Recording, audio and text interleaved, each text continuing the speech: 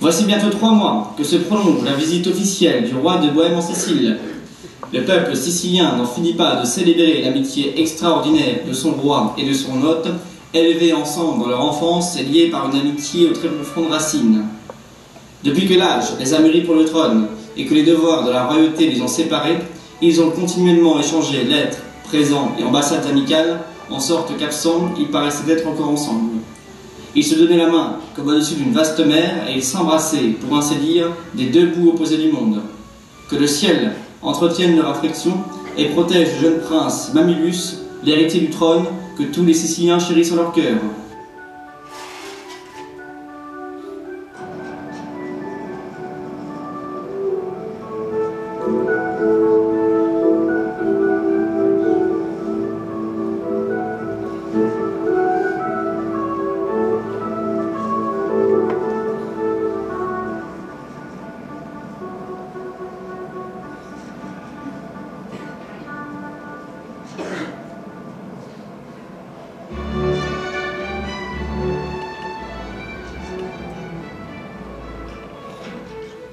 Je salue le vaillant et fier peuple de Sicile et son grand roi.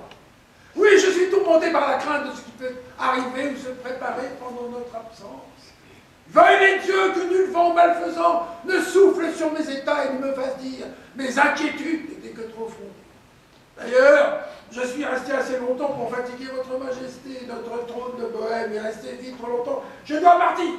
Et d'abord, mon cher frère, permettez-moi de célébrer l'extraordinaire, chaleureuse accueil que le peuple de Sicile m'a réservé. Différez encore quelque temps vos remerciements. Vous vous en acquitterez en partant. Seigneur, je pars demain. Demain? Ce n'est pas possible. Attendez un peu. Mais non pas un jour de plus. Accordez-nous une semaine. Seigneur, je pars demain y mettre obstacle, ce sera me punir de votre affection. Un plus long séjour deviendrait pour vous une charge et un embarras, et pour nous épargner ces deux inconvénients. Adieu, mon frère. Vous restez muette, ma reine. Dites quelque chose. Vous le suppliez tellement froidement, Seigneur. Dites-lui que vous êtes sûr que tout va bien en Bohême. D'accord. S'il dit qu'il lui tarde de revoir son fils, ce sera une bonne raison. Laissez-le partir.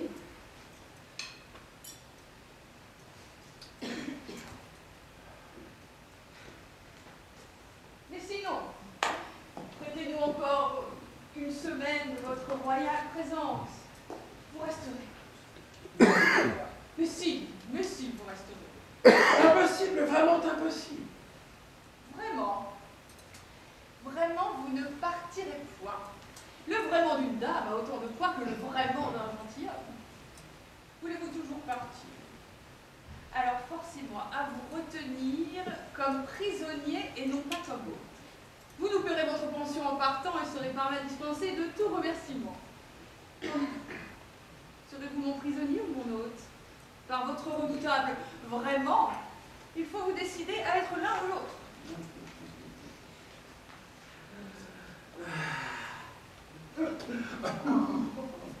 Votre honte alors, madame, pour être votre prisonnier, il aurait fallu que je nous offensasse, ce qui m'est impossible. Allez, je ne serai point votre geôlière, mais votre bonne hôtesse. Je vais vous questionner sur votre enfance à tous les deux. Vous deviez faire alors de jolis petits princes.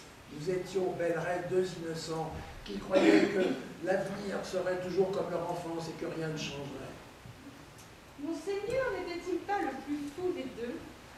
Oui, précieuse Séverine, nous étions comme deux agneaux jumeaux, combattant au soleil et bêlant l'un après l'autre. Le mal n'existait pas, et nous n'imaginions pas qu'il pût exister. Si nous avions continué cette vie-là et que notre faible psyché n'eût jamais été confronté à un sang plus impétueux, nous aurions pu répondre hardiment au ciel, non coupable. Vous avez donc par la suite commis quelques faux pas. Oui, précieuse Séverine, par la suite nous avons connu la tentation. Comme ma future femme n'était plus une petite fille et que votre gracieuse personne commençait à frapper les regards de mon jeune camarade. Étonnant discours. Vous laissez entendre que votre reine et moi sommes des démons. Mais soit.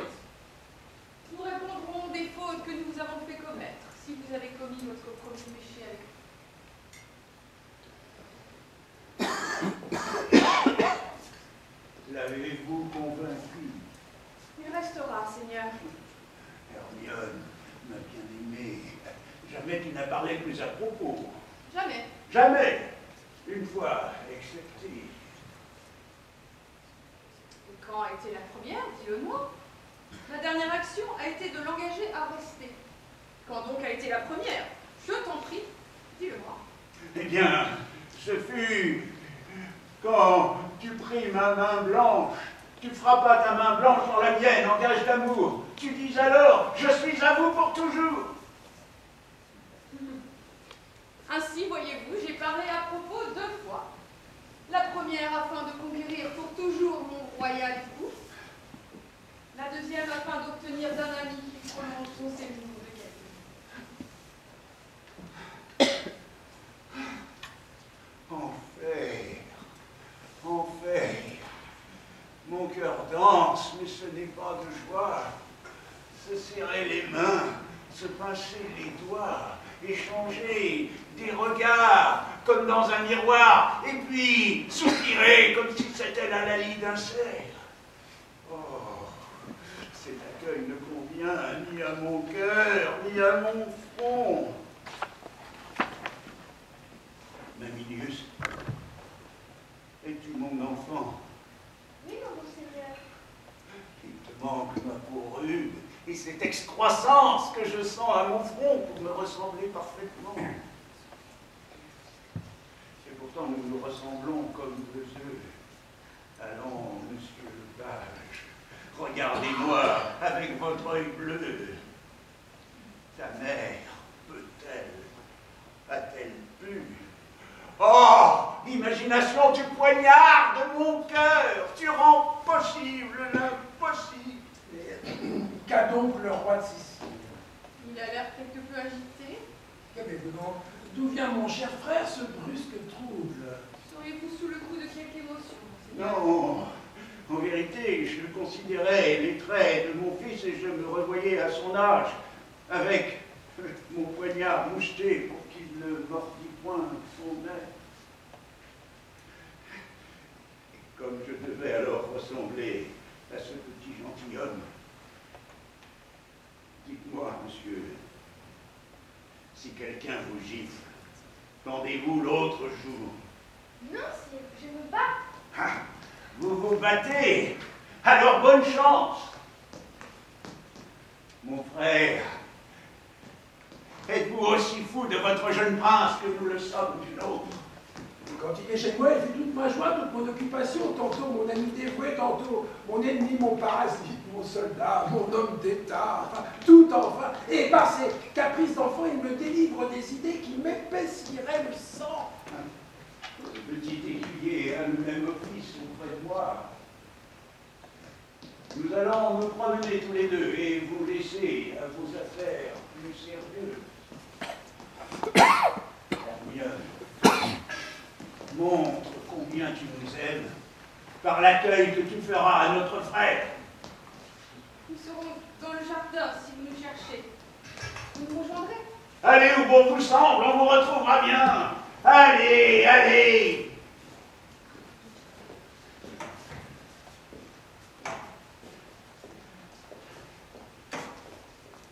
Comme elle lui tend la patte, le bec, et comme une femme se permet toutes les audaces auprès d'un mari complaisant.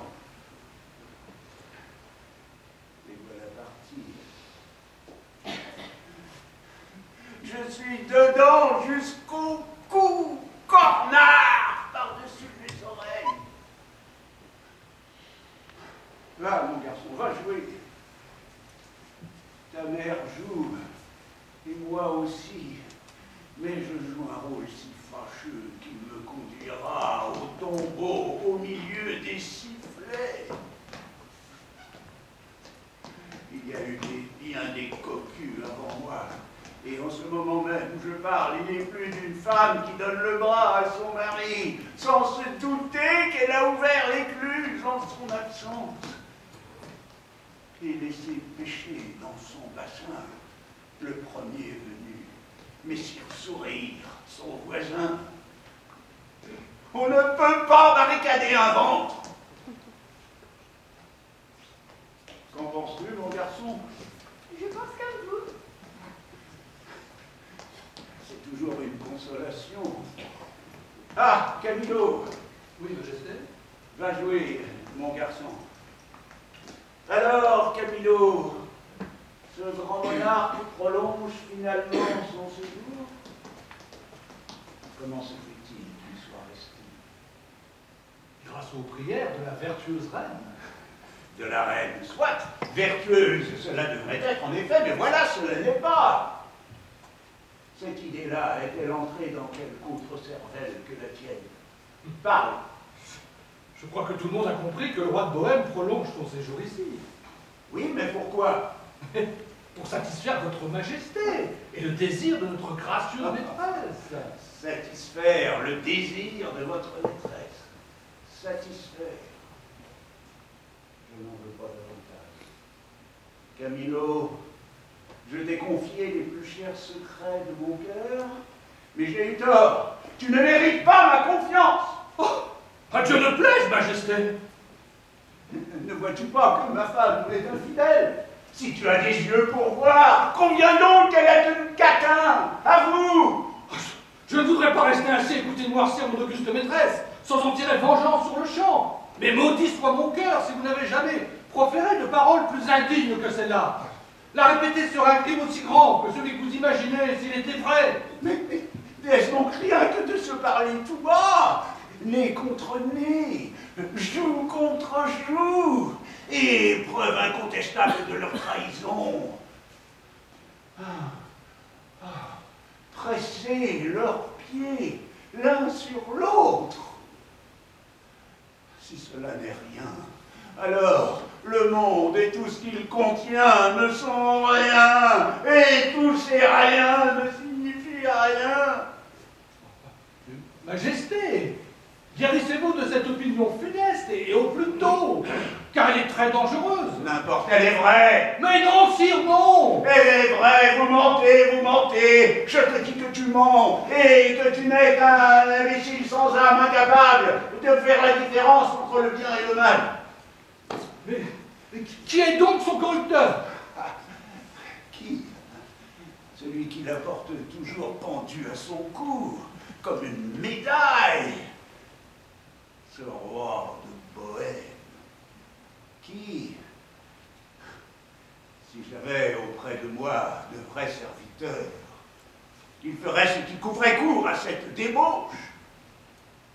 Oui, toi, mon échanson, toi, que j'ai tiré de l'obscurité et élevé au rang de grand officier, toi qui vois à quel point je suis outragé, tu pourrais épicer une coupe et procurer à mon ennemi un sommeil éternel. Cette potion serait un baume pour mon cœur. Oui, sire, monseigneur, je pourrais le faire.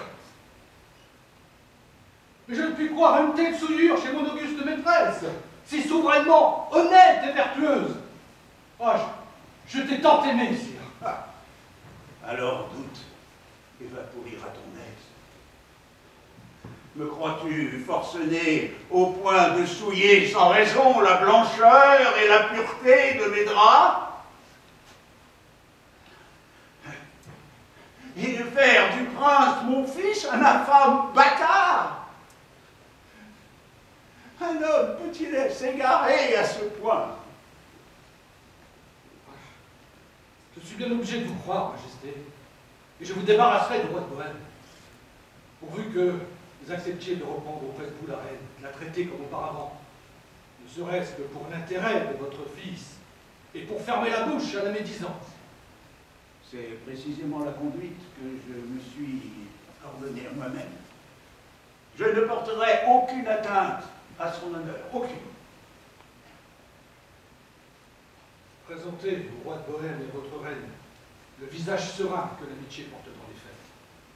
C'est moi qui servirai de ministre. Et s'il survit au breuvage que je lui donnerai, je ne suis plus votre serviteur. Fais cela, et La moitié de mon cœur est à toi. Si tu ne le fais pas, tu t'arraches le tien. Je le ferai, sire. J'aurai l'air amical, comme tu me le conseilles.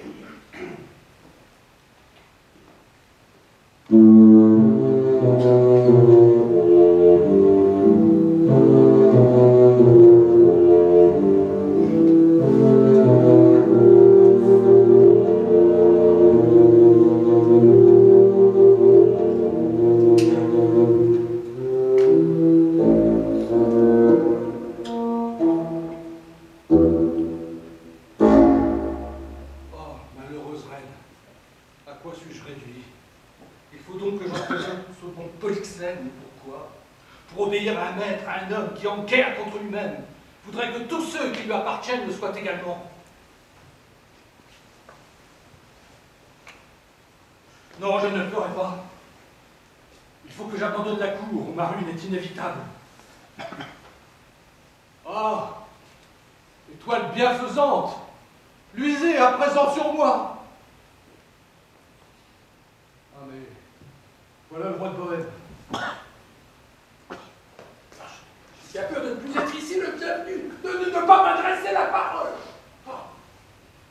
Ah, bonjour Camillo. Salut, noble roi. Quelle nouvelle à la cour? Rien d'extraordinaire, Majesté. C'est-à-dire que le roi, on dirait qu'il a perdu une province. Je viens de l'aborder avec les compléments d'usage. Il s'est détourné avec une moue méprisante. Enfin, pourquoi pareil changement de manière? Je n'ose pas le savoir, Majesté. Vous n'osez pas le savoir. Vous le savez, mais vous n'osez pas le savoir. Je t'en conjure au nom de tout ce que l'honneur permet. Dis-moi quel malheur imprévu tu devines, prêt à fondre sur moi. Je vais vous le dire, puisque j'y suis sommé au nom de l'honneur et par un homme que je crois plein d'honneur. Mais faites attention à mon conseil. Sinon, nous n'avons plus qu'à nous écrier, vous et moi, nous sommes perdus, et adieu.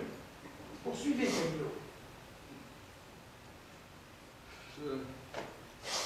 Je suis l'homme chargé de vous tuer.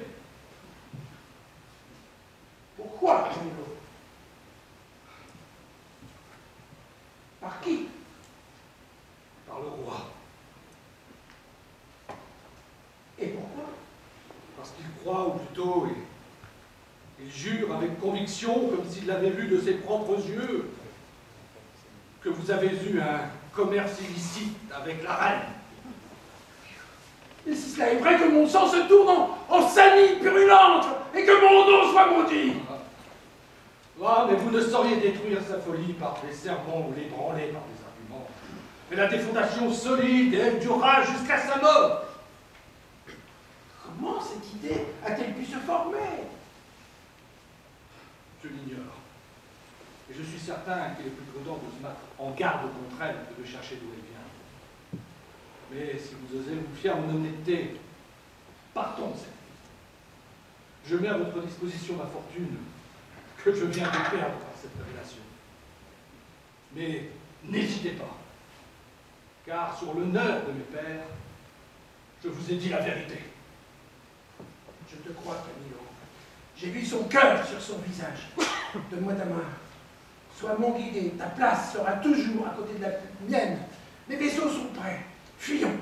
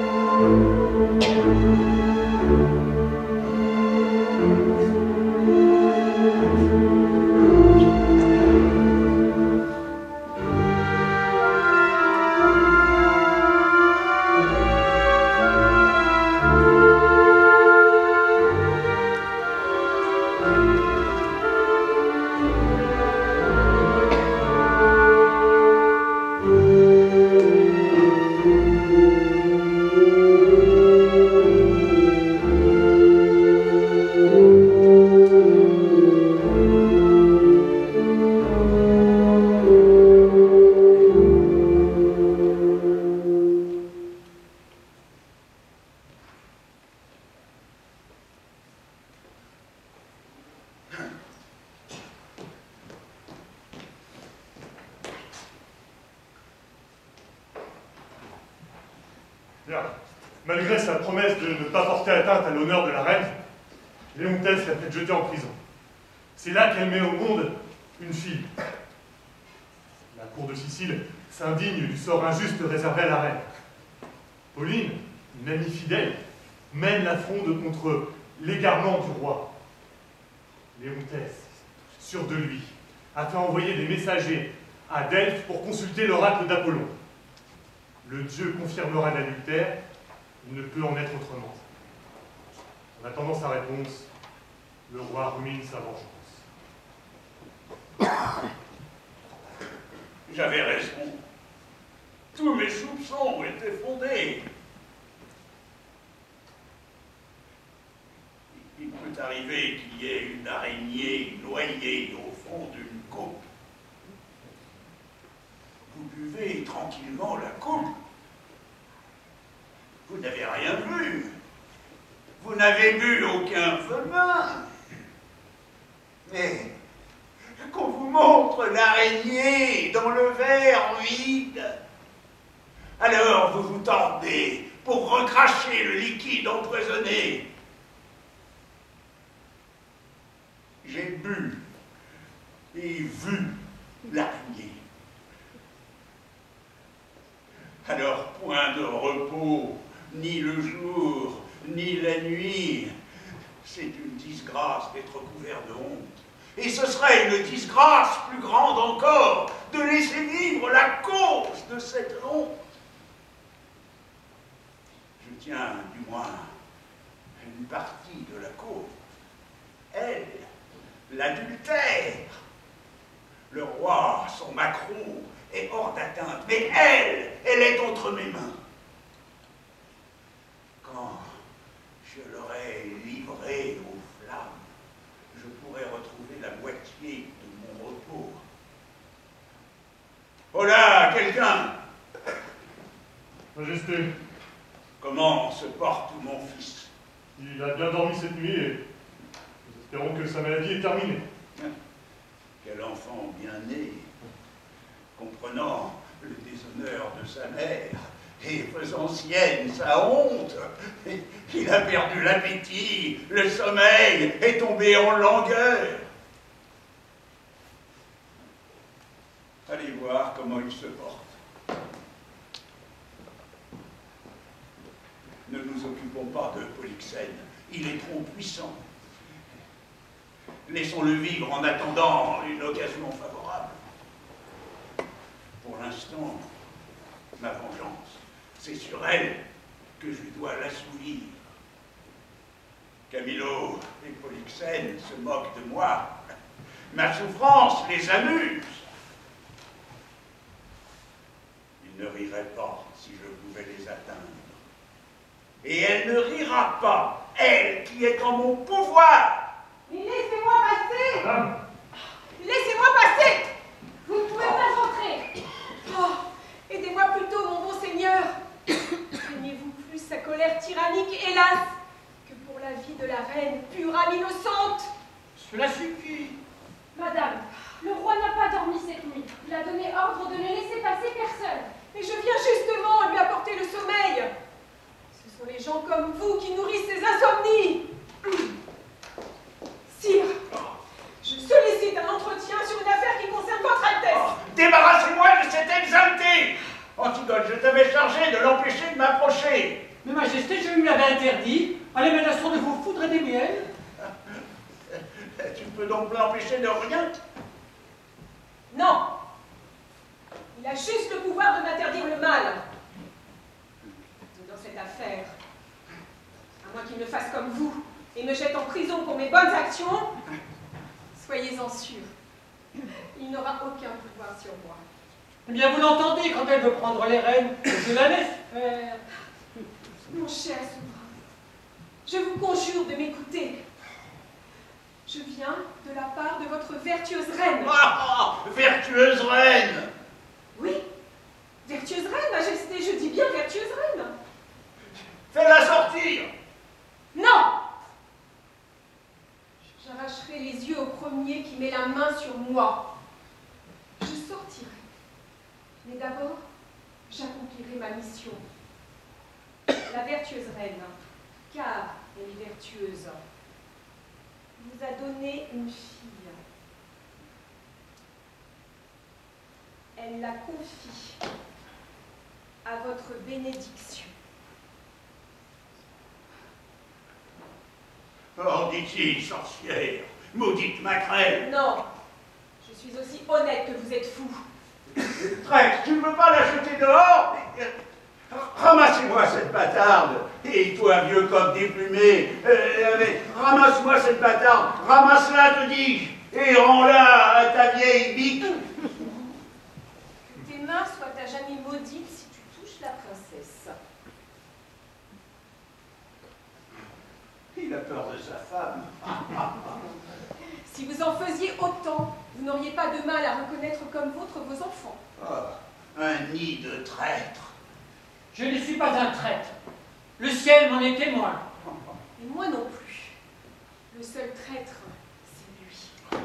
Car c'est le roi lui-même qui piétine son propre honneur et l'honneur de sa femme, et celui de son fils, l'espoir du trône, et celui de cet enfant même.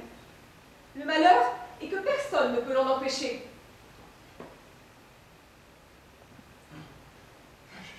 Incroyable. Cette vieille fille bat son mari et vient maintenant me harceler. Ce marmot n'est point de moi, il est de Polyxène. Qu'on l'emmène. Mais c'est votre enfant, Majesté. Mais regardez comme il vous ressemble. Mais regardez. Mais regardez, mes seigneurs, ce n'est pas absolument le portrait de son père. Ses yeux, son nez, sa lèvre, jusqu'aux jolies fossettes de ses joues, et son sourire. Bonne déesse nature, qui a fait cet enfant si semblable à son père, et qui doit aussi veiller sur son esprit, face qu'il ne soit pas jaloux, de peur qu'à son exemple, elle ne soupçonne ses enfants de ne pas être de son mari. Ah, vieille sorcière. Et toi, imbécile, tu mériterais d'être pendu pour être capable de la faire taire. Si vous faites pendre tous les maris qui ne peuvent accomplir cet exploit, c'est à peine s'il vous restera un sujet. Bon, allez, cette fois, on est là. Le mari le plus indigne et le plus dénaturé me ferait ma pire.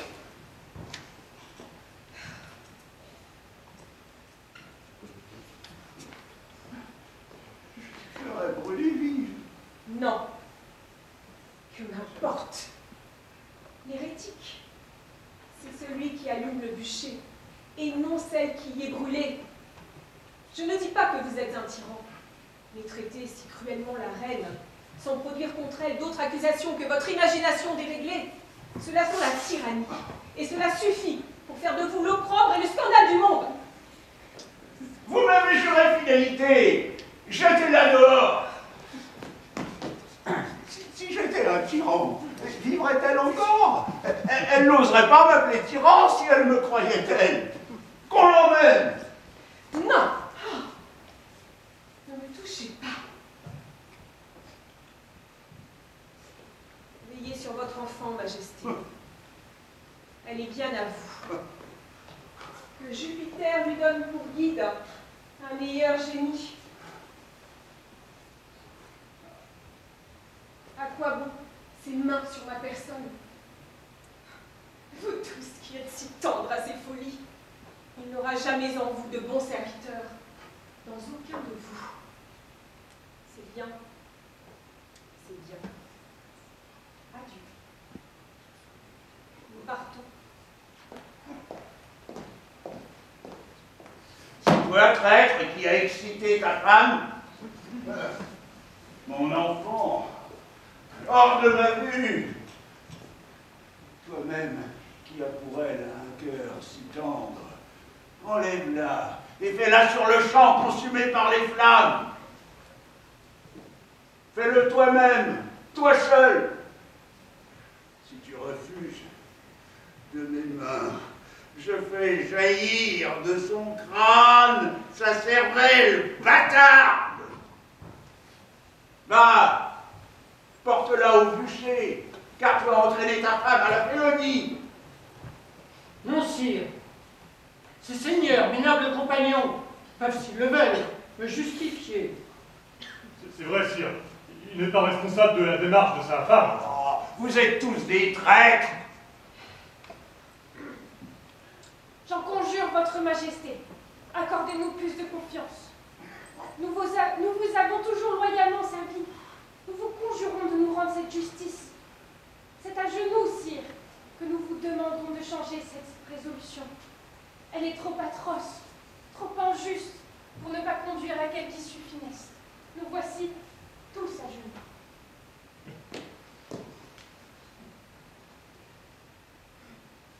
Je suis comme une plume dans les vents qui tourbillonnent.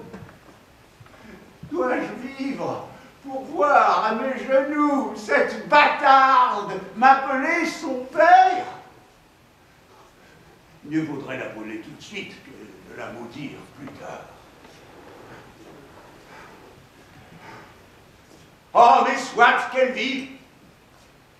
Approchez, messire, vous qui vous êtes si tendrement interposé avec votre matrone accoucheuse pour sauver la vie de cette bâtarde, car c'est une bâtarde, aussi sûre que cette barbe est grise. Êtes-vous prêt à risquer pour sauver la vie de ce marmot?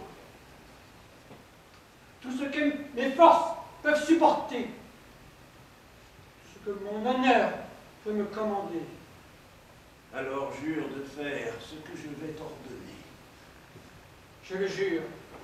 Nous te donnons ordre d'enlever cette bâtarde, de la conduire hors de nos frontières, sur une plage déserte, et là, de l'abandonner à son destin. Je le ferai. Je le jure. Viens, pauvre enfant. Les milans et les corbeaux seront tes nourrices.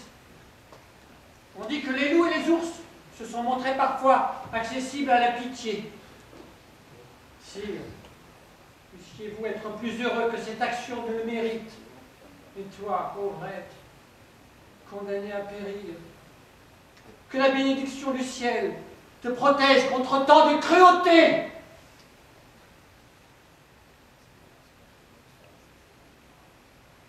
Il ne sera pas dit que j'élèverai l'enfant d'un autre. Votre Majesté, voici la réponse de l'oracle dans ce document signé par le prêtre d'Apollon. Leur promptitude, sire, a dépassé nos attentes. Oui, quelle rapidité, en effet. Le grand Apollon veut que la vérité se manifeste au plus vite. Brisez les sceaux, lisez.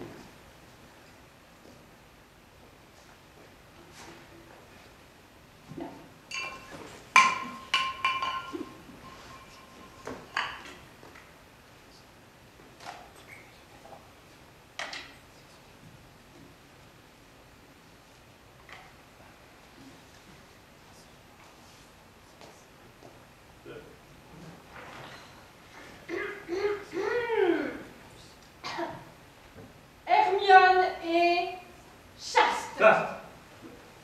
Polyxène, innocent. Camilo, loyal. Léonté, saint. Tyran, jaloux. Son enfant est légitime. Le roi vivra sans héritier.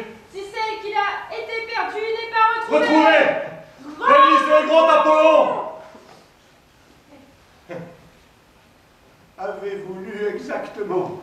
Exactement, chef. Tout ce qui est consigné ici. Il n'y a rien de vrai dans cet oracle. Majesté, majesté! Qui a dit? Oh, sire, je veux être maudit pour annoncer cela. Mais le prince, votre fils, à la seule crainte du sort de la reine, s'en est allé. Comment cela s'en est allé? Il est mort! Ah! Ah! Apollon est furieux, et les cieux eux-mêmes châtient mon injustice. Ah! Apollon! Pardonne-moi cette épouvantable profanation de ton oracle. Je me réconcilierai avec Polyxène. J'offrirai à ma reine un nouvel amour. Je rappellerai le bon Camillo. Malédiction! Mon cœur va se rompre! Que vous arrive-t-il, madame? La tyrannie agit de concert avec ta jalousie. Songe à ce qu'elles ont fait. Et alors, deviens vraiment fou. Fou allié. Ce n'était rien de trahir Polyxène, ni de vouloir souiller l'honneur du bon Camillo. Passe encore de faire jeter ta petite fille au corbeau. Je compte cela pour rien, peu de choses. Je ne te reproche pas non plus la mort du jeune prince, qui n'a pas survécu à l'idée qu'un père brutal et stupide flétrissait sa gracieuse mère. Non!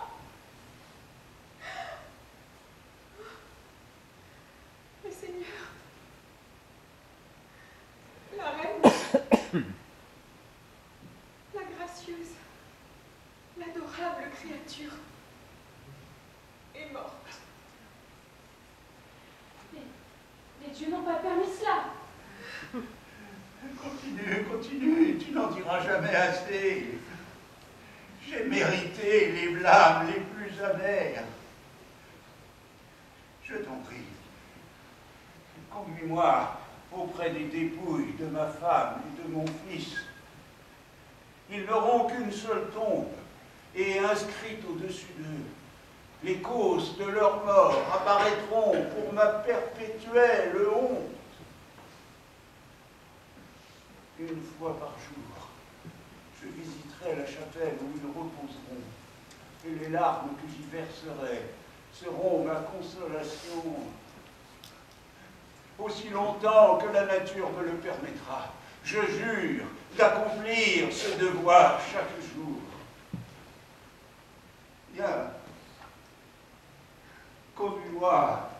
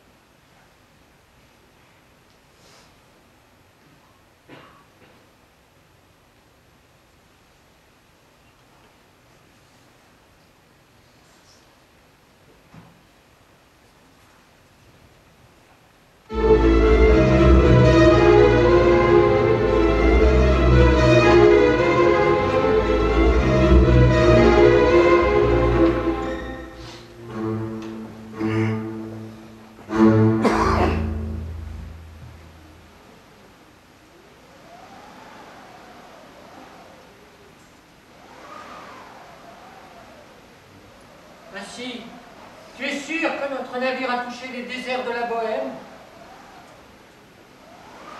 Oui, Seigneur.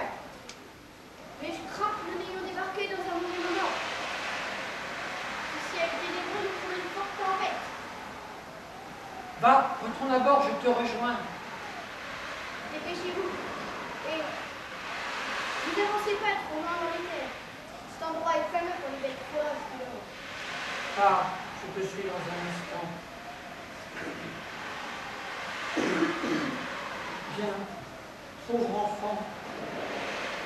On m'a dit, et je n'y crois pas, que les esprits des morts pouvaient revenir.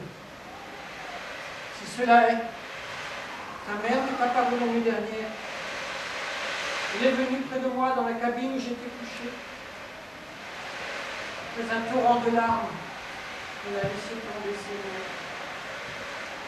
Oh, Antigone, puisque le destin t'a choisi pour exposer ma pauvre enfant, va dans ces contrées lointaines de Bohême pour l'y abandonner à ses cris. Puisque l'enfant est réputé perdu à jamais, appelle-la, je te prie, Pierre du temps. En expiation de cette mission inhumaine que t'a imposée mon Seigneur, tu ne reverras plus jamais ta femme, Colline. Sur ce, elle s'est fondue dans l'air. Tout cela était réel. Hermione morte. C'est sûr. L'enfant est la fille du roi Polyxène, et Apollon désire qu'elle soit déposée pour y vivre, pour y mourir, sur les terres de son père véritable.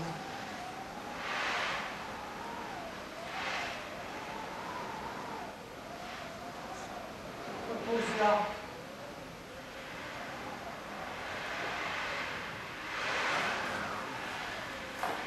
Voici ton signe de reconnaissance.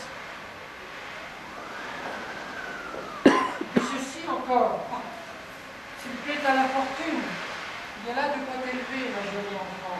Là, il t'en restera encore. Commence! Pauvre petite exposée à tous ces hasards pour la faute de ta mère. Je ne puis pleurer. Mon cœur saigne, être obligé par serment à ceci.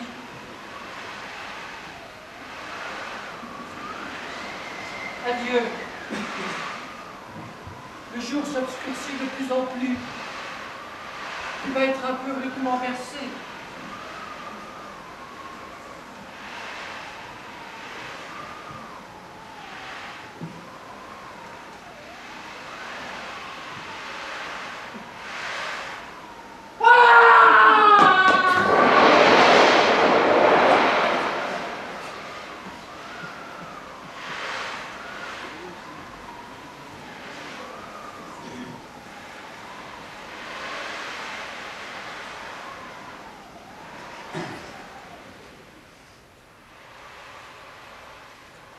Mesdames et messieurs, le théâtre à Mimile a eu le plaisir et l'honneur de faire vivre sous vos yeux la didascalie la plus célèbre du théâtre occidental.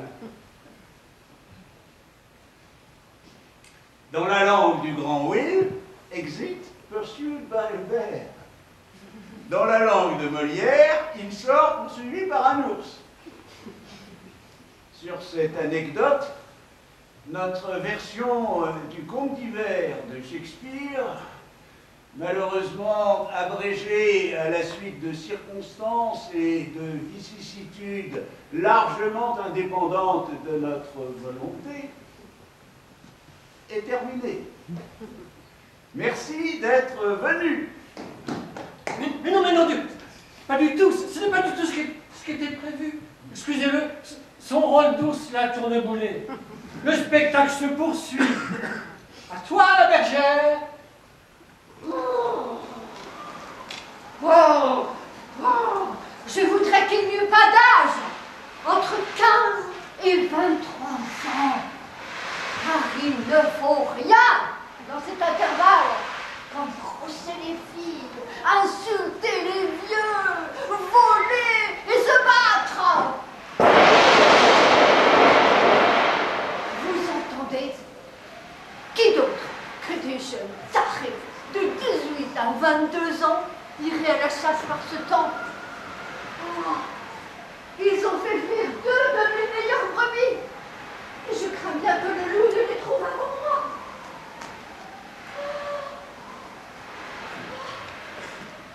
C'est qu'avons-nous là? Miséricorde! Un nourrisson!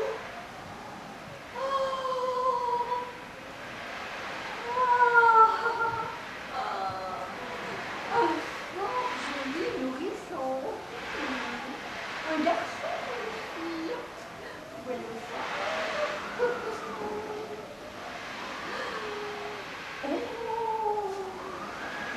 jolie petite. Une fort jolie petite. Quelques servantes de bonne maison qui fait besogner dans l'escalier ou derrière une porte.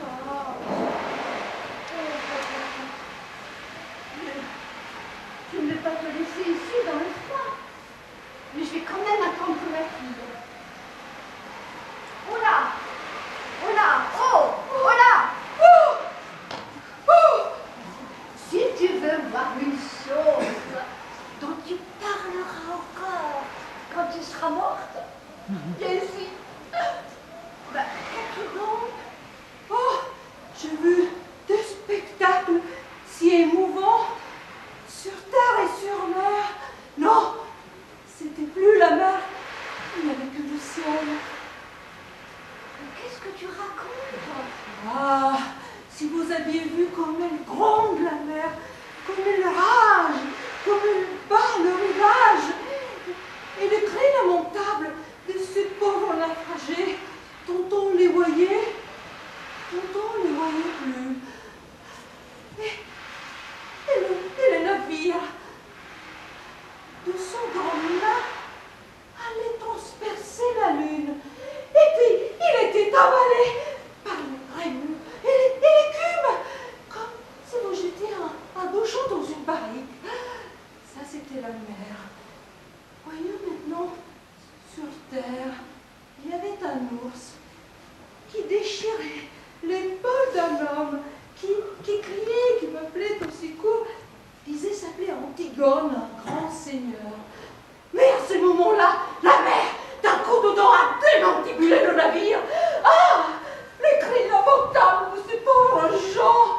Ah, mais la mer se moquait bien d'eux. Et là, le pauvre gentilhomme, ah, criait lui aussi. Mais l'ours se moquait bien de lui. Ah, quelle histoire.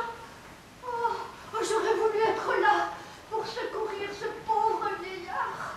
Ouais. Et moi, j'aurais voulu que vous fussiez près du navire pour lui prêter secours.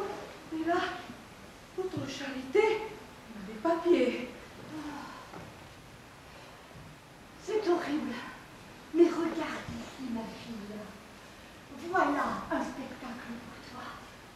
Tu as rencontré des mourants, et moi, des nouveau-nés. Regarde. Regarde, c'est la layette d'un enfant de gentilhomme. Et là, regarde. Ramasse donc, ma fille, et ouvre. On m'a prédit que les fées feraient de moi une femme riche. Et voilà. C'est quelque enfant échangé au berceau.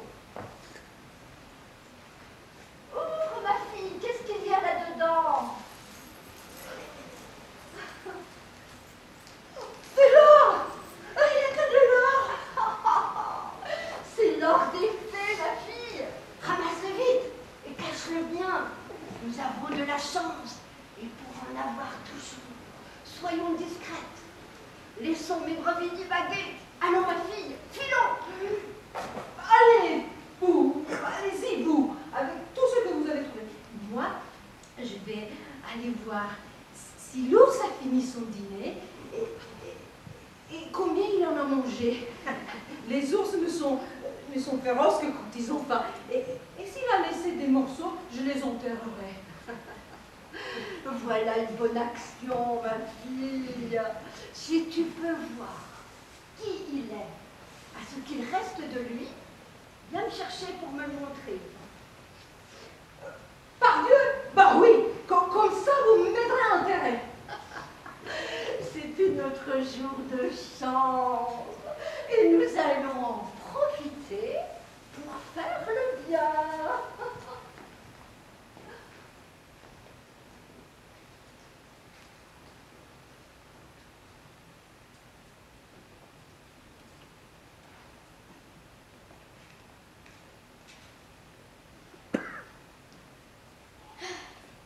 Salut. Change-moi une. C'est toujours la même pièce, mais on change tout. Le temps, le lieu, le genre. La tragédie, c'est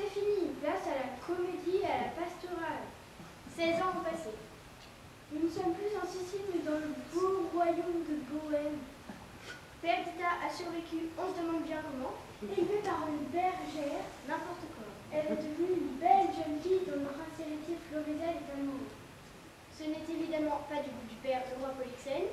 Camilo et lui se sont invités à la fête déguisés en berger pour espionner le jeune prince. Et pour arranger tout, une coupeuse de bourse, autrement dit une voleuse, réputée dans toute la région, s'incruste. Une fête, c'est bon pour le business. À plus.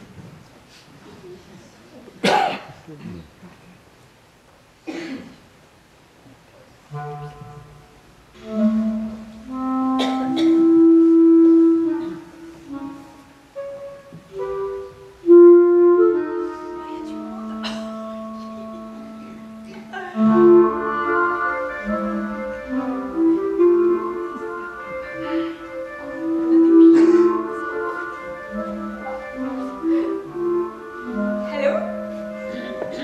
Vous voulez savoir qui je suis? Ah! J'ai servi le prince Florizel. Et dans mon temps, j'avais une livrée en velours. Mais bon, aujourd'hui, je suis, comme qui dirait, HS, hors service. Bon, m'en soucierais-je, mes chéris? Non. Ma fille, alors, mon père, lorsque je fus née sous le signe de Mercure, me baptisa Autolyca. J'ai escamoté des petits riens. Bon, ce sont les dés et les garçons qui m'ont mise en cet équipage. Quoi? Ah, mon métier! Vous voulez savoir? Eh ben, c'est plumer les pigeons! Oui, parce que bandite de grand chemin, non, très peu pour moi, j'ai pas la vocation du gibet. Alors là, pas du tout. Quant à l'autre vie, oh là là, pouf, le ciel m'en ôte la pensée.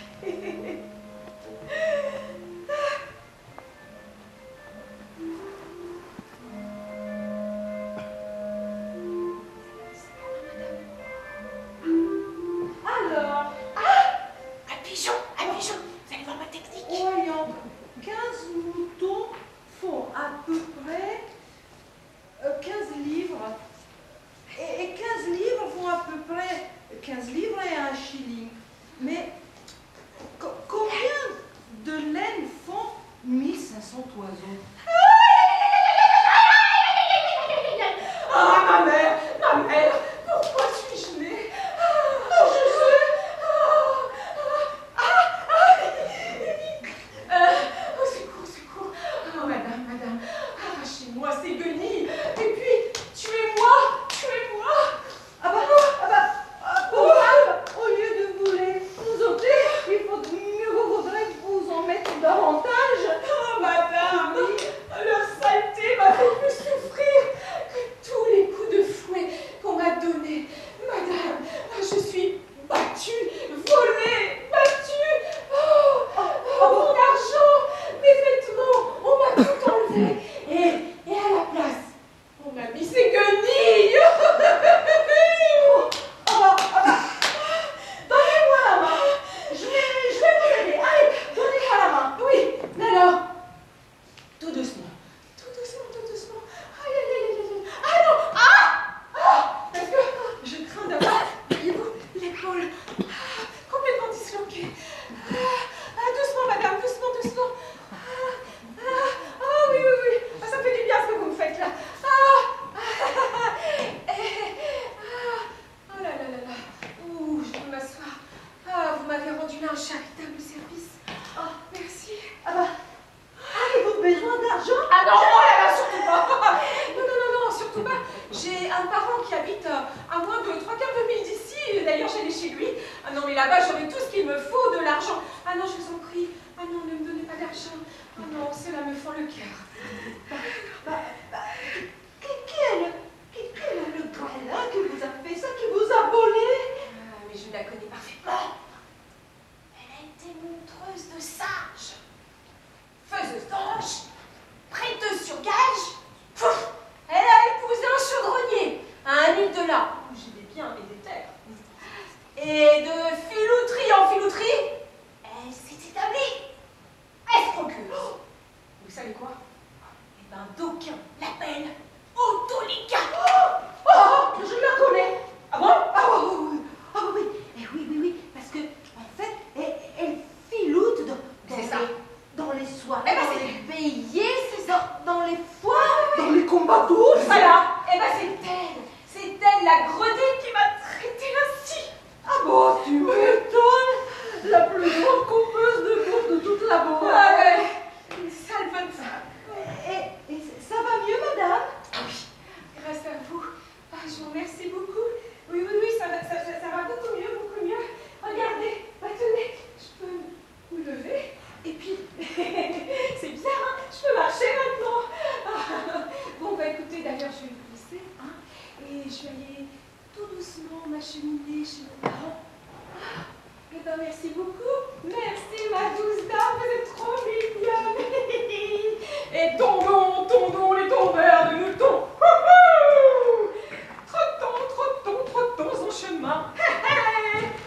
Tombons les tombeurs de moutons. J'ai vu votre sac, monsieur. Pas pour tout à l'heure.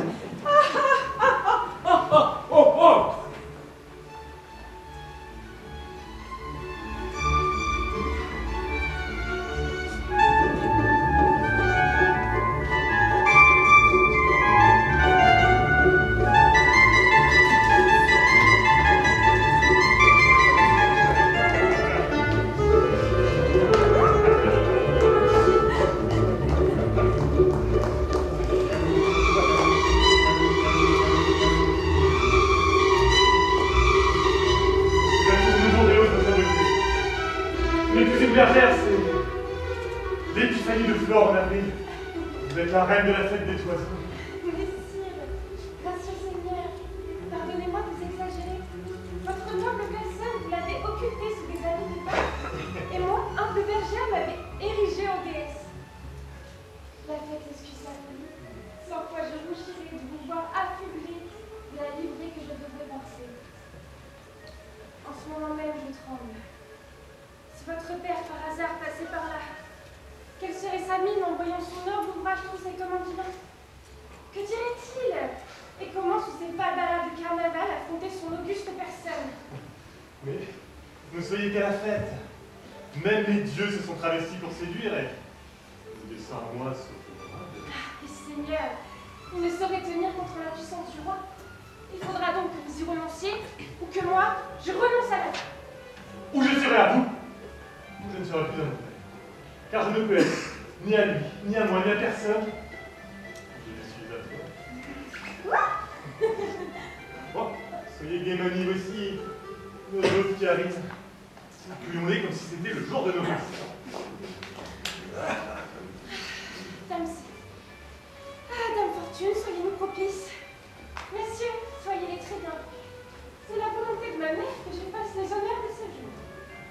Voici du romarin et de la rue. Bergère, jolie bergère, vous faites bien d'offrir à nos âges des fleurs d'hiver.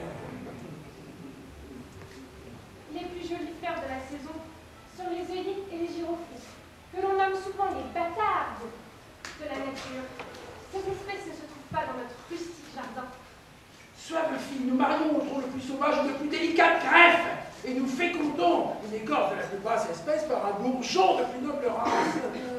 C'est un art qui corrige ou plutôt modifie la nature, mais l'art lui-même est nature. Enrichissez donc votre jardin de giroflées, mais ne les traitez pas de bâtards.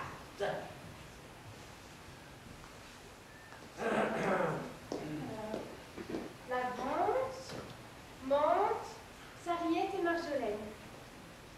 Voici des fleurs pour vous.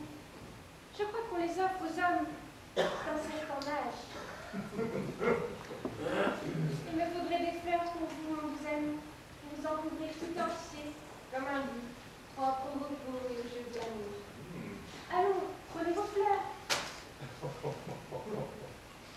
Ah, madame, si j'étais une de vos brebis, je cesserais de paître et me repaîtrais de votre beauté.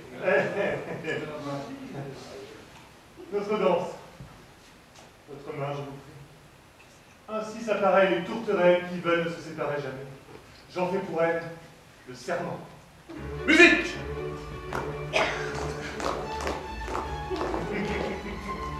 Voici la plus jolie jouance que j'ai jamais dansée sur le théâtre. Ses gestes sentent je ne sais quoi de plus grand noble, monseigneur. Dites-moi, bergère, quel est ce beau page qui dans un cœur? Oh, les nobles, Doriclès. Il dit qu'il a un bon naturel. Je le crois, il a l'air sincère. Il dit aussi qu'il aime ma fille. Je le pense, car jamais la lune ne s'est mirée aussi les amours dans mon dos. Il reste à regarder les yeux de ma fille. Et en plus, elle danse gracieusement. C'est ainsi qu'elle me plaît. C'est le jeune Doriclès fait tomber son choix sur elle. Elle lui vaudra une dot à laquelle il me semble fier. Colporteur, venez au colporteur. Allez, messieurs, dames, c'est le moment de sortir son porte-monnaie. Alors, nous avons du lino aussi blanc que la neige, dentelle aussi noire que le corbeau. Qu'est-ce que nous avons d'autre? Gants au parfum des roses de Damas, senteur pour les chambres des dames, collier, bracelet de jet, nous avons tout ce qu'il vous faut. Allez, messieurs, dames, mesdames et messieurs. Oh, bonjour. Alors, que voulez-vous, ma jolie? J'aurais voulu acheter des gants, Ouais. et des bagues pour mon amoureux. Très bien. Mais on m'a filouté et je n'ai plus l'argent. Ah oui. Effectivement, madame, il y a des filous qui rôdent et il vaut mieux se tenir sur ses gardes. Hé, les tourtereaux, vous voulez qu'on s'amuse? J'ai une petite technique pour vendre parce que là, ça marche pas très bien. Alors venez, vous êtes prêts? Allez. Hé, voulez-vous acheter colis, fichés, dentelle pour votre manque, tout ce que vous voudrez?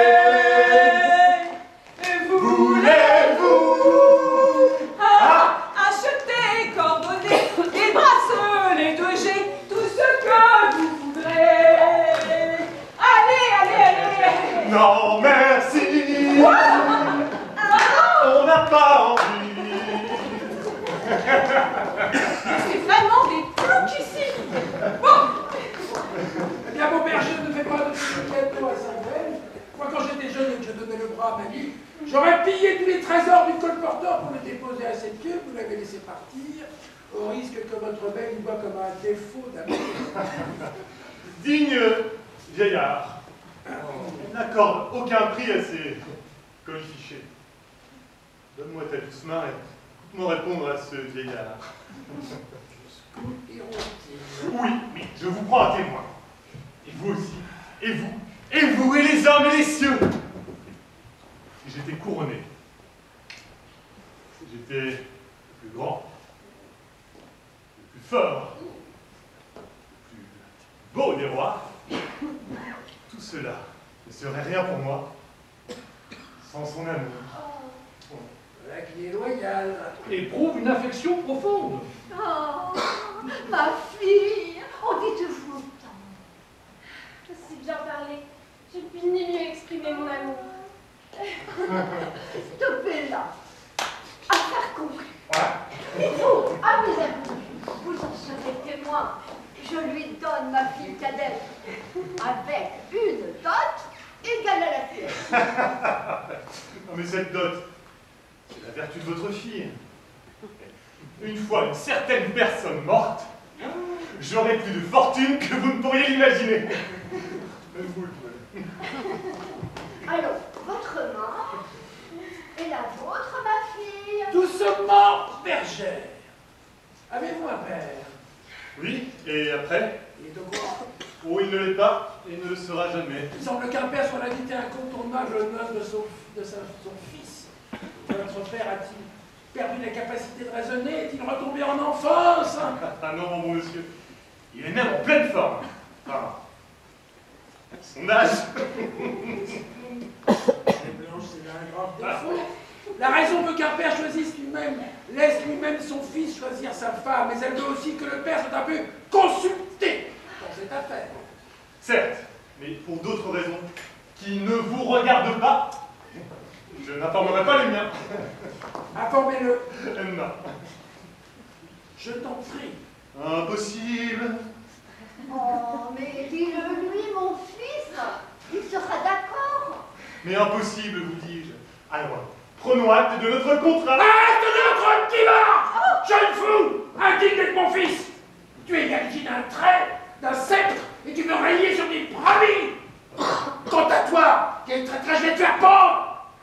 Et toi, sorcière accomplie qui savait forcément quel royaume idiot tu disais, je te ferai torcher vif avec des roses et te rendrai plus vilaine que ta condition. Toi, petit insensé, cesse de soupirer après cette poupée qui m'entend, sinon je te déshérite. Toi, Pécor, pour le moment, je te laisse la vie. Et toi, en sorceleuse, si jamais tu lui ouvres ton rustique pertuis, j'inventerai pour toi une mort aussi délicate que tu es cruelle, ou plutôt aussi cruelle que tu es délicate.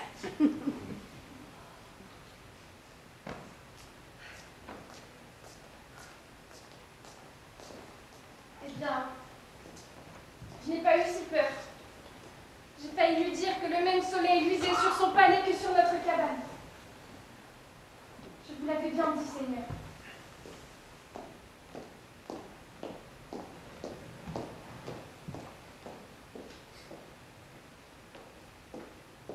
Reprenez vos vêtements et partez. Mon rêve, maintenant que je suis éveillée, je me détrône de mon âme. Je m'en vais traire mes brebis et pleurer.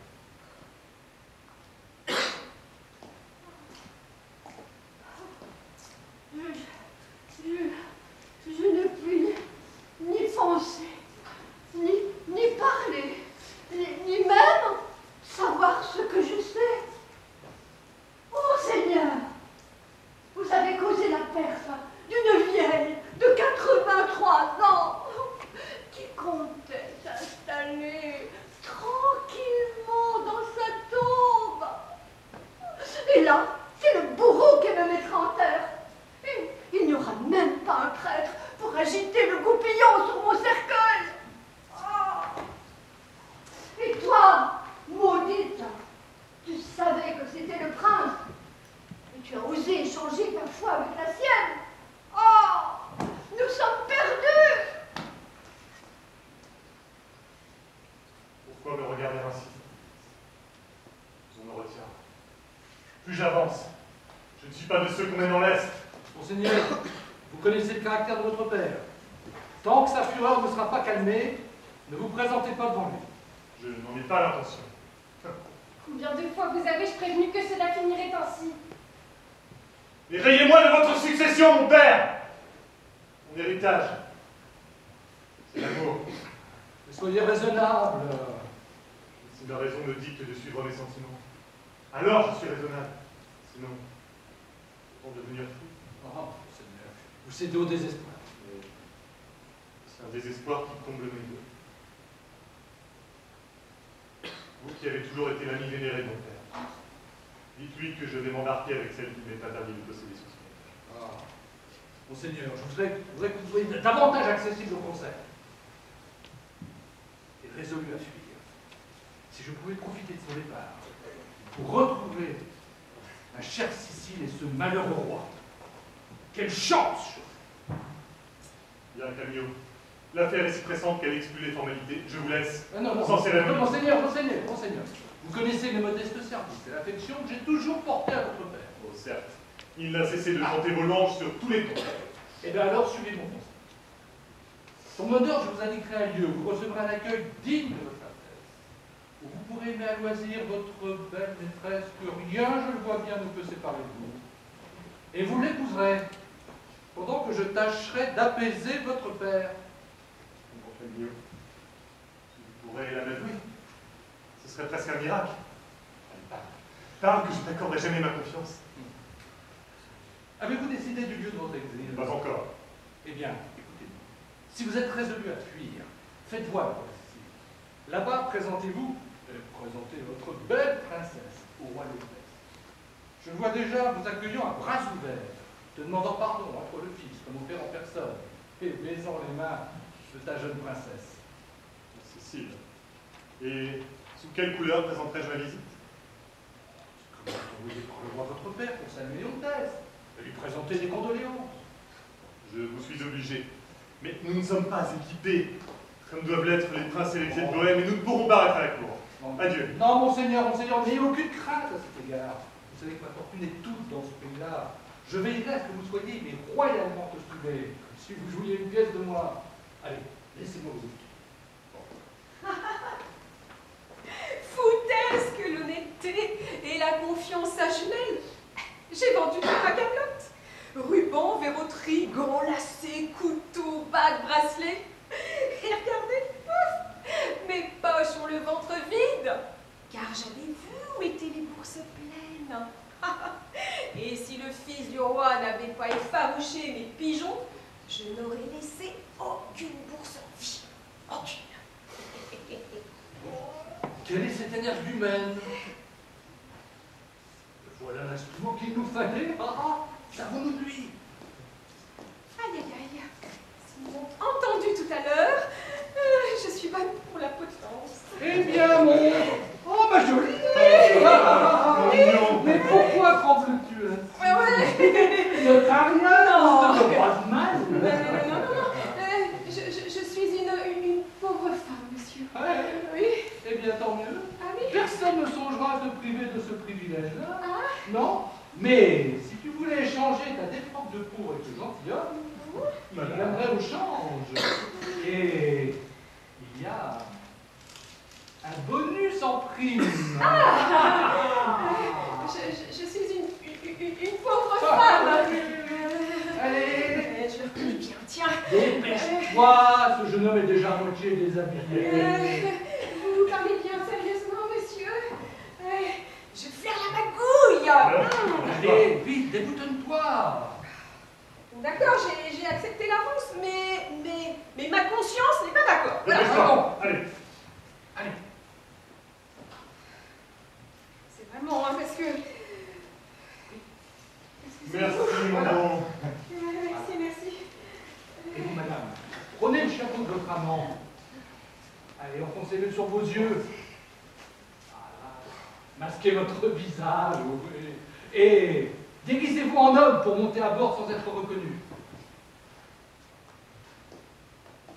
J'ai donc moi aussi un rôle à jouer dans cette pièce. Ah, mais c'est indispensable. Et vous, monseigneur, êtes-vous prêt? Eh bien, si mon père me voyait ainsi attitré, il ne me reconnaîtrait pas. Bien, allons nous embarquer. Que la fortune nous donne des ailes. Adieu, mon bon. Ouais, adieu, monsieur. Je vais informer le roi de leur évasion et de la direction qu'ils ont prise. Je le convaincrai de les poursuivre avec moi, et ainsi, je retrouverai ma chère Sicile. Mais j'ai tout compris. Entrons dans la combine. C'était déjà pas mal. Comme ça, mais alors, avec le bonus. Et puis alors, je peux vous dire quel bonus. Bon, alors, puisqu'il est bien d'en informer le roi, eh bien, je ne le ferai pas. Et puisqu'il est mal de lui cacher la chose, eh bien, je le ferai pour rester fidèle à ma vocation. Bon, écoutez, Cache-nous. il n'y a qu'à dire au roi que c'est un enfant trouvé et qu'elle n'est pas de votre chair et de votre sang. Et étant donné qu'elle n'est pas de votre chair et de votre sang, alors votre chair et votre sang n'ont pas offensé le roi. Et alors, votre chair et votre sang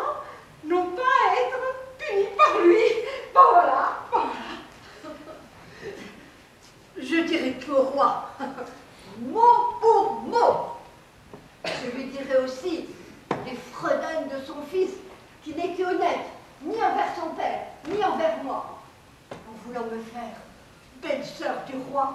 Oh, belle-sœur, c'est le moins que vous pouviez lui être. Eh bien, allons trouver le roi.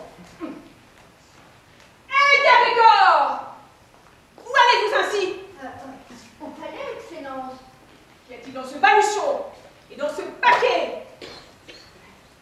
Nous sommes de braves bergères, Excellence. Non!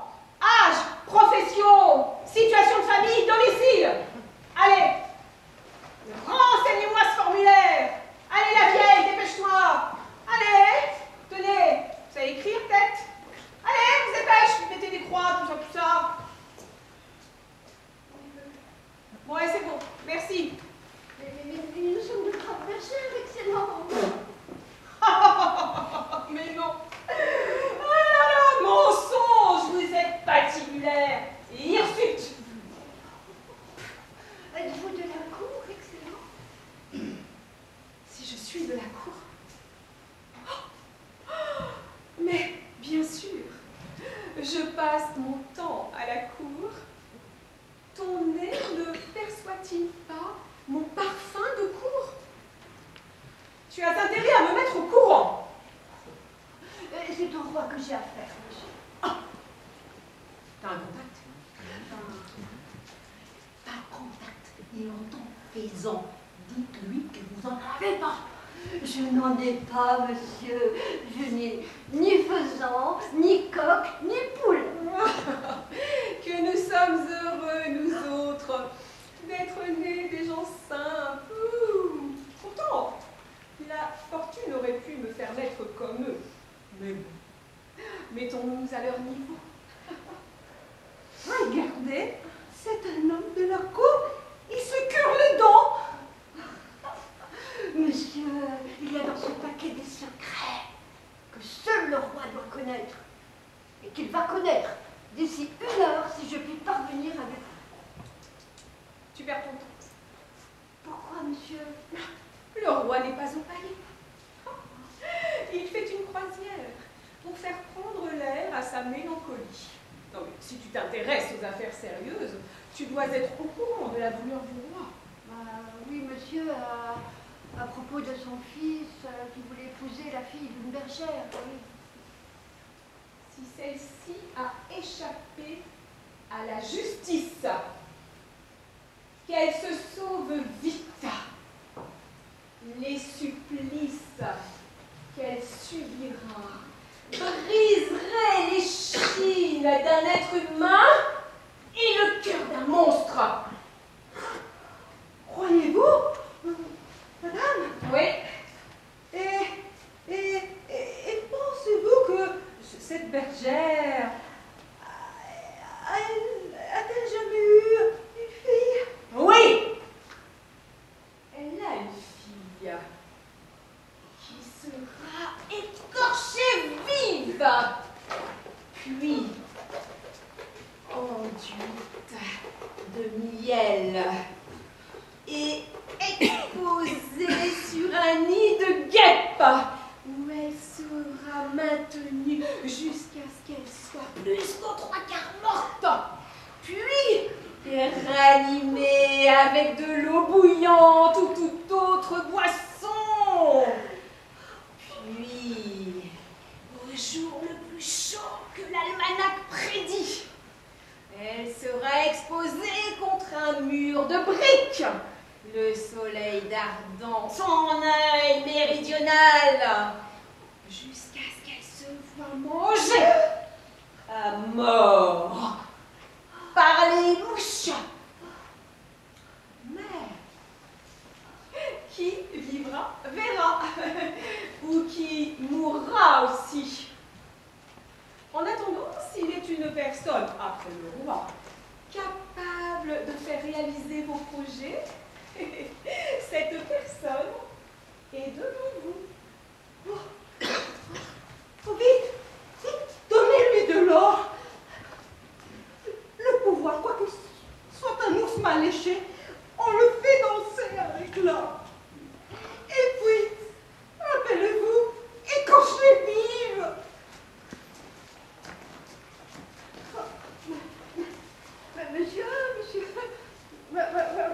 Voici de l'or que j'ai sur moi. Je puis encore vous en donner autant.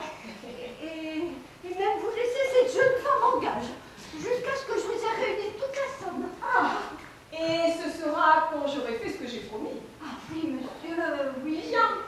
Eh bien, donnez-moi toujours la moitié. Allez. Et dites donc, vous, êtes-vous engagé dans l'affaire? En quelque sorte, madame, c'est que mon cas, bien que mon cas soit assez pénible, j'espère ne pas être lapidée, écorchée vive. Ça, ce sera le cas de la fille de la bergère. D'ailleurs, bon, dans le meilleur des cas, je crois qu'elle sera pendue. Voilà qui est rassurant, très rassurant. Vite, il faut qu'on aille voir le roi et lui montrer des signes de reconnaissance. Il faut qu'il sache que ni votre fille, ni ma sœur, sinon nous sommes perdus. Non, madame, je vous donnerai autant que la vieille quand l'affaire sera conclue. Bon, allez, écoutez-moi, je vous fais crédit. Vous m'êtes sympathique. Bon, alors vous partez pas là, vous allez sur le rivage, là-bas, vous prenez à droite, et je vous suis tout à l'heure. Cette femme est une bénédiction pour nous. Aïe, s'il me démangeait d'être honnête. Mais la fortune m'en guérirait. Elle me verse droit dans la bouche des gâteries, de l'or et une occasion en or de tirer les ficelles. Allez, je vais les rejoindre tout à l'heure, ces deux pintades. Je vais les conduire au palais, mais avant j'ai une petite affaire.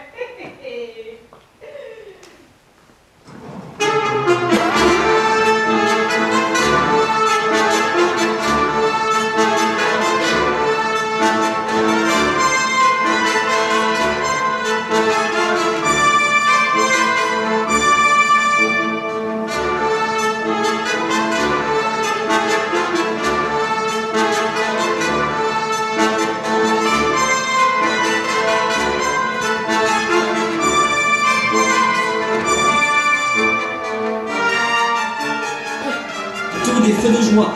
L'oracle est accompli, la fille du roi est vivante. Elle a été sauvée par une bergère qui l'a élevée comme sa propre fille.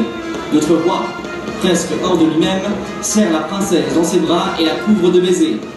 Puis, il se jette dans les bras du roi Polyxène. Les deux souverains s'étreignent longuement et sanglotent de bonheur. Sicile demande pardon à Bohême. L'émotion est à son comble. Léontès embrasse maintenant son gendre. Puis, de nouveau, il étreint sa fille à l'étouffer. Le peuple acclame son roi comme jamais. On sait maintenant ce qu'il est advenu d'Antigone, le seigneur chargé d'abandonner l'enfant. On dirait un conte. Il a été mis en pièces par un ours. Mais le moment le plus émouvant a été le récit détaillé de la mort de la reine et le spectacle poignant de la douleur de sa fille qui l'écoutait. Tout le monde sanglote. On parle à la princesse de la statue de sa mère, qui est confiée à la garde de Pauline. Cette œuvre, qui vient d'être achevée par le grand maître italien Jules Romain, a fait une Hermione si semblable à Hermione qu'on voudrait, dit-on, lui parler et rester à entendre la réponse. Les deux rois et les deux fiancés se rendent maintenant dans la maison de Lady Pauline pour y voir la statue.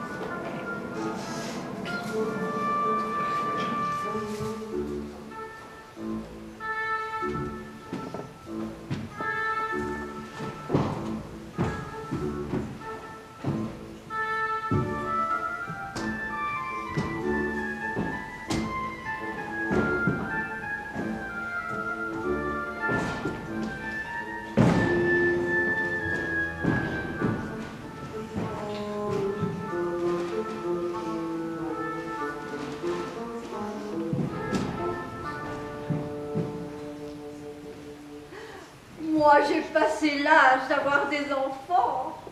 Mais tes fils et tes filles naîtront tous gentilshommes. Eh oui, et c'est ce que je suis depuis 4 heures. Moi, pareil. Oui, ma mère aussi. Mais moi, j'étais gente dame née avant ma mère. Et car le prince m'a pris par la main et m'a appelée sœur.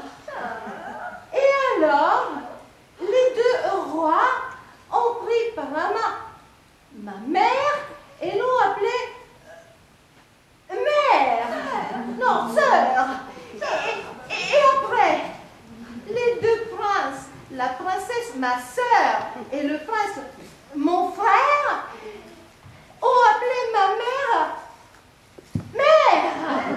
Et sur ce, nous avons tous pleuré. Et c'est à ce moment-là que nous avons versé les premières larmes de gente dame que nous ayons jamais versées. Quand je pense qu'une espèce de pédante a osé te traiter de pécor. Ah, vous voyez ces habits?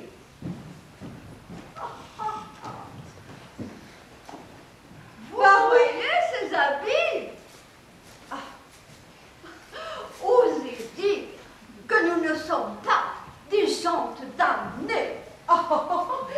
Mais laissons ces gens de peu et allons avec les rois et les princes, nos parents.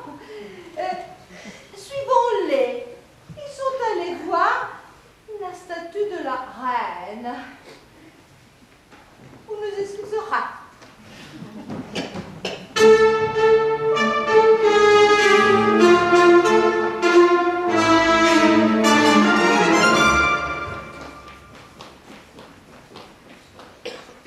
Oh, Pauline, quelle grande consolation j'ai reçue de toi. C'est ici qu'elle est. Préparez-vous à voir la vie aussi bien imitée que le fut jamais la mort par le paisible sommeil.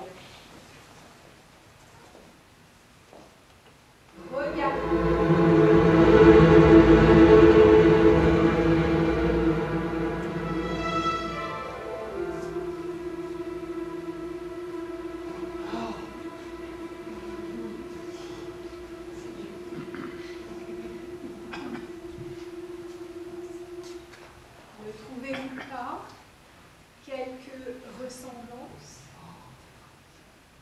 C'est bien elle. Dénonce mes fautes, cher marbre, que je puisse dire vraiment que tu es Hermione.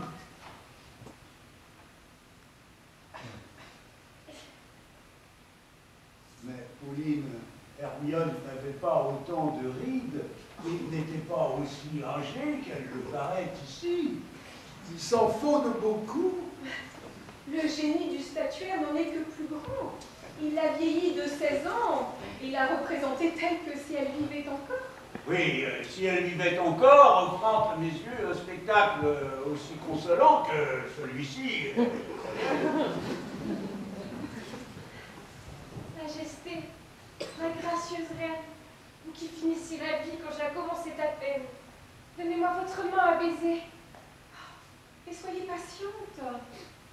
La statue est à peine achevée. La couleur n'est pas sèche. Majesté, 16 hivers n'ont pu balayer votre douleur, ni 16 étés la sécher. Je permettez à celui qui en est la cause de réduire votre chagrin de la part. En vérité, monseigneur, si j'avais pensé que la vue de ma chère statue, car elle est à moi, vous ferait cet effet, je ne vous l'aurais pas montré. Ah, même ne la cachez pas. Mais il ne faut plus que vous la regardiez. Vous allez bientôt penser qu'elle va bouger. Quel est l'homme qui a fait cela? Voyez, monseigneur, ne dirait-on pas que cela respire, que ces veines contiennent vraiment du sang? C'est fait magistralement. La vie même semble toute chaude sur ses lèvres. Son regard est fixé, et pourtant on y sent je ne sais quel mouvement. Suprême moquerie de l'art. Je vais la recouvrir. Vous allez bientôt croire que cela se bouge et se meut, non? Douce Pauline, laisse-moi voir. Vous allez vous moquer de moi, mais je veux l'embrasser. Ah non, hein? Oh, contenez-vous, Majesté. Oh, mais le vermillon est encore humide sur sa lèvre. Et vous allez le gâter avec un baiser et vous salir la bouche d'huile de peinture. Non, je la recouvre. Non, non, pas avant 20 ans. Je pourrais tout ce temps-là rester à la contempler. Alors, attendez-vous à de nouvelles surprises. N'ayez pas peur de regarder. Et alors, vous penserez que je suis assistée des puissances du mal.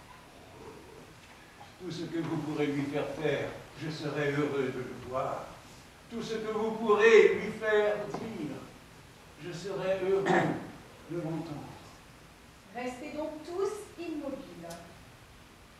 Que ceux qui redoutent là quelque œuvre diabolique sortent. Commencez. Pas un pied ne bougera. Musique. Éveillez-la. Jouez.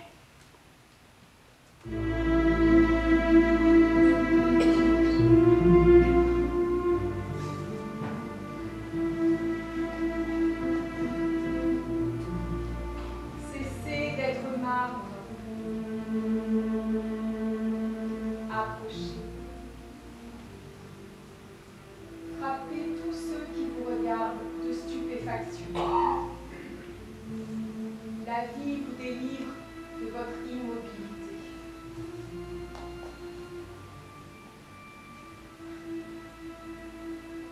Avancez. Oui. Avancez.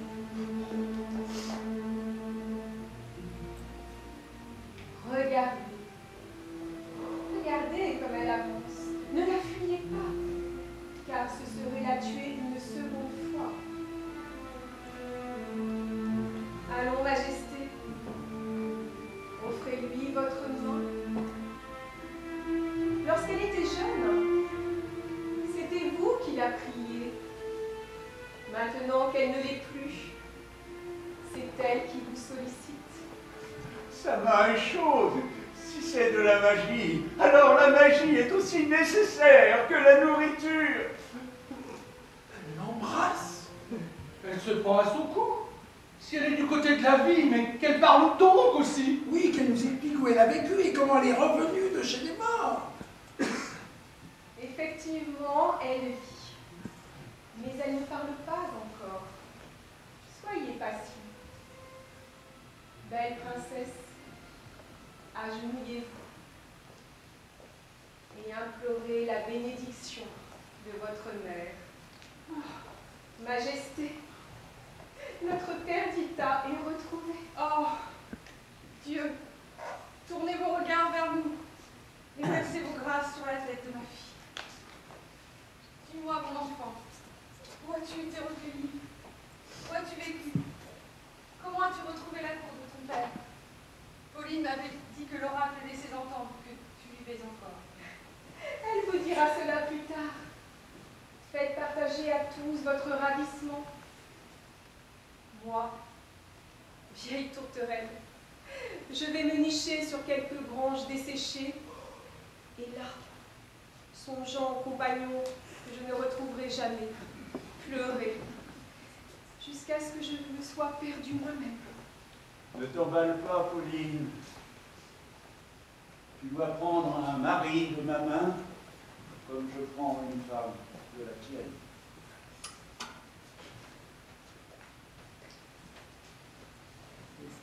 Tu as retrouvé ma femme? Et moi, je n'ai pas à chercher loin pour te trouver un mari honorable. Je connais assez ses sentiments. Camillo, prenez la main de Pauline, vous dont le mérite est proclamé par 2 rois à la fois. Regardez donc, mon frère. Pardonnez-moi d'avoir soupçonné vos regards si purs.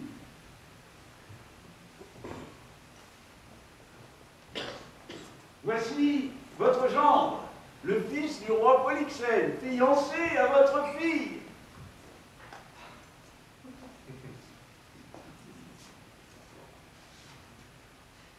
Douce Pauline, conduis-nous là où nous pourrons à loisir réfléchir au mystère de cette vaste brèche de temps qui a commencé à notre séparation. Vite, conduis-nous. Oh, mi amor, mi amor, mi amor, mi amor, mi amor, mi amor.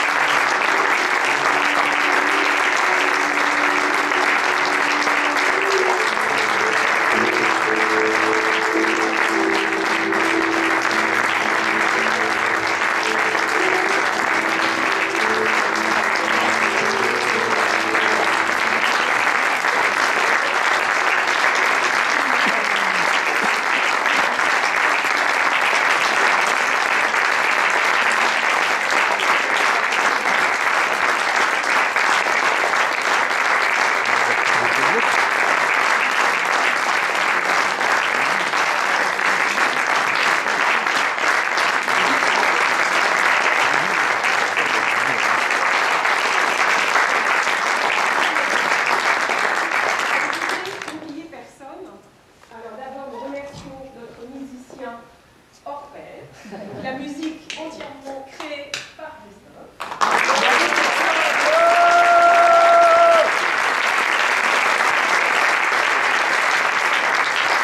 Les techniciens qui ont beaucoup travaillé pour nous depuis 2 jours.